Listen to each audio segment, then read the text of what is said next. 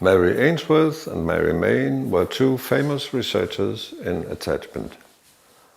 They made many studies of caregiver behavior to widen our understanding of how children learn to feel secure or perhaps insecure from the early interaction with parents or caregivers.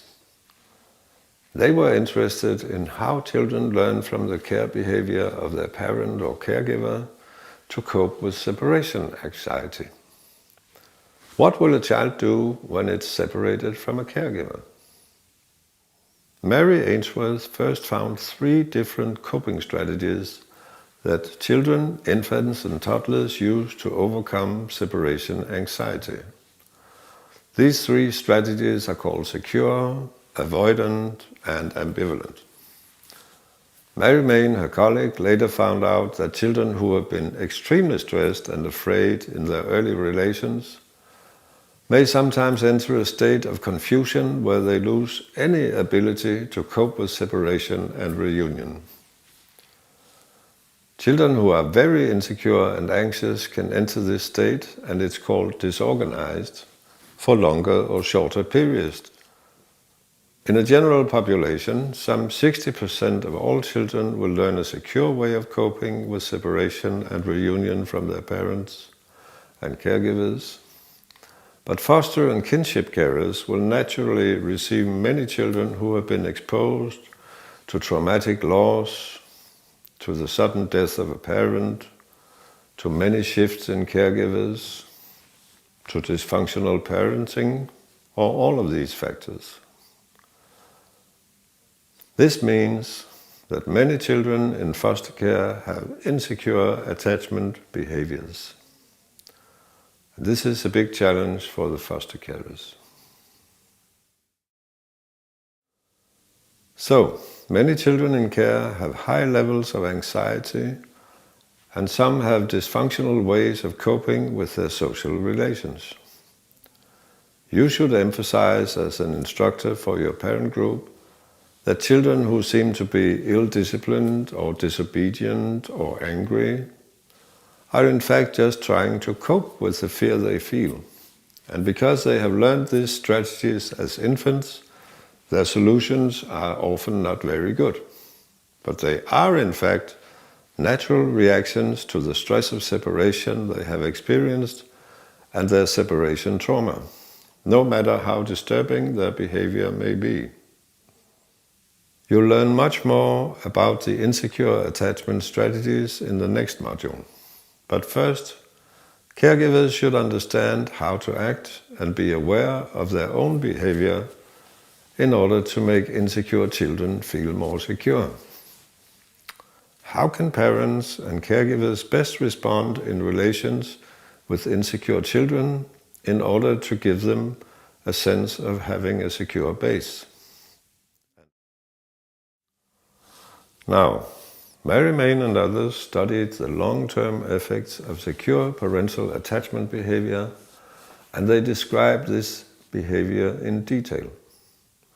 This gives us a unique ability to understand how to create children who later in life are good at overcoming crises, who develop good social competences, who trust other people, and who unfold their cognitive learning abilities to a maximum.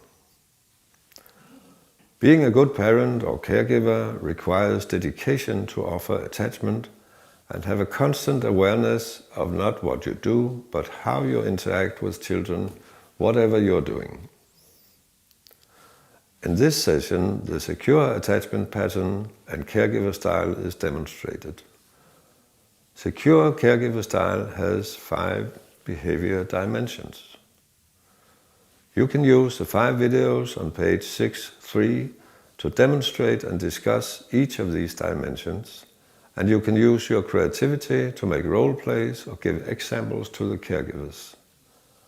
I'll explain them to you now. Here's the first dimension.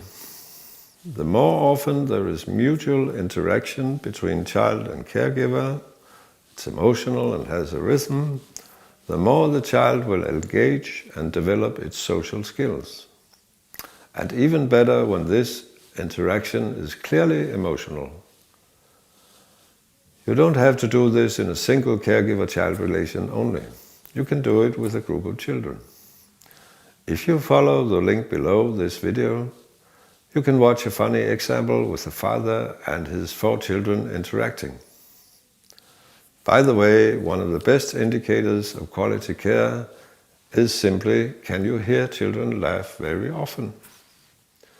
In the first of the 5 videos on page 6.3 in the training session, the caregiver tries to create interaction with a very deprived and alcohol-damaged baby.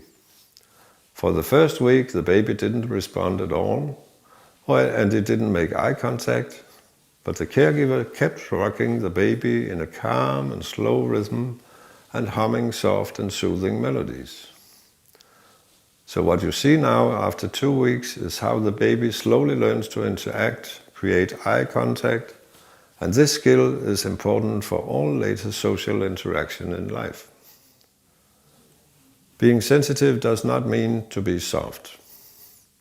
In attachment theory, it means that you do all the things you must do together. You put on clothes, you do the homework, you eat, etc.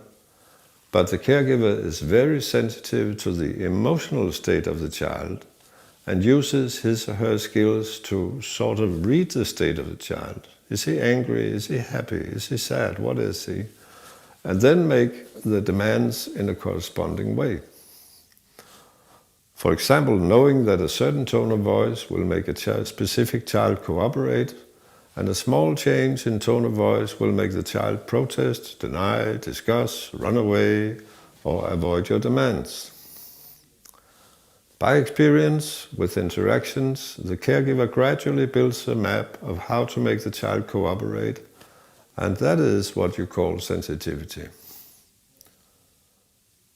The caregiver in the second video is sensitive to the happy state of the child, so she responds by turning the task into a funny game.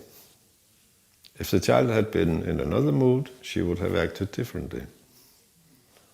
The third dimension in secure care is about being available to the child. Being available is crucial to children's sense of security. When the child is angry, sad, afraid, hysterical, or afraid of separation, it needs to be soothed and comforted without any demands from the caregiver, and it needs to know that a caregiver is always there for it, that it doesn't have to wait very long for help. This is why care should always promote that a caregiver is in a known place and doesn't move away too much. The third video example shows an Italian institution where many children had concentration problems when they were doing their homework. So it was arranged that one caregiver always was at the child's side when doing homework. Even though she didn't do anything specific, just knowing that she was there made the child work much better.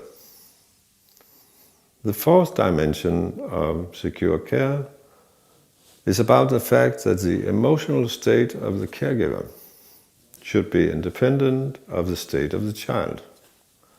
For example, if a child is angry and the caregiver also becomes angry, the child will have no secure base and it will behave even worse. So, caregivers should not focus on the state of the child and, for example, say, "This boy always tests my limits, he accuses me, he rejects me." This may be true, but what they should practice is to focus on how they react themselves. They should focus on their own state of mind when a child has a difficult or challenging behavior. The caregiver in the fourth video stays calm and kind, even though the children are very upset and cry a lot. So, in the end, the children will calm down and feel secure. Because she doesn't scold or blame them, she stays in her own mood, considerate and relaxed, without panicking or becoming angry. The caregiver can start by acknowledging the emotional state of the child. For example, say, "I can understand that you're angry, or you're jealous, or you're sad. I can see that your eyebrows are all twisted." But then remain calm, think about the best response, and for example, answer in a calm voice. But you know what? You're just a little disappointed, that's all. It will be over in a minute. You have tried it before, and I know you always get over it quickly, even though you have been very angry. You're learning to control yourself, I can see that. You are doing it better than last time.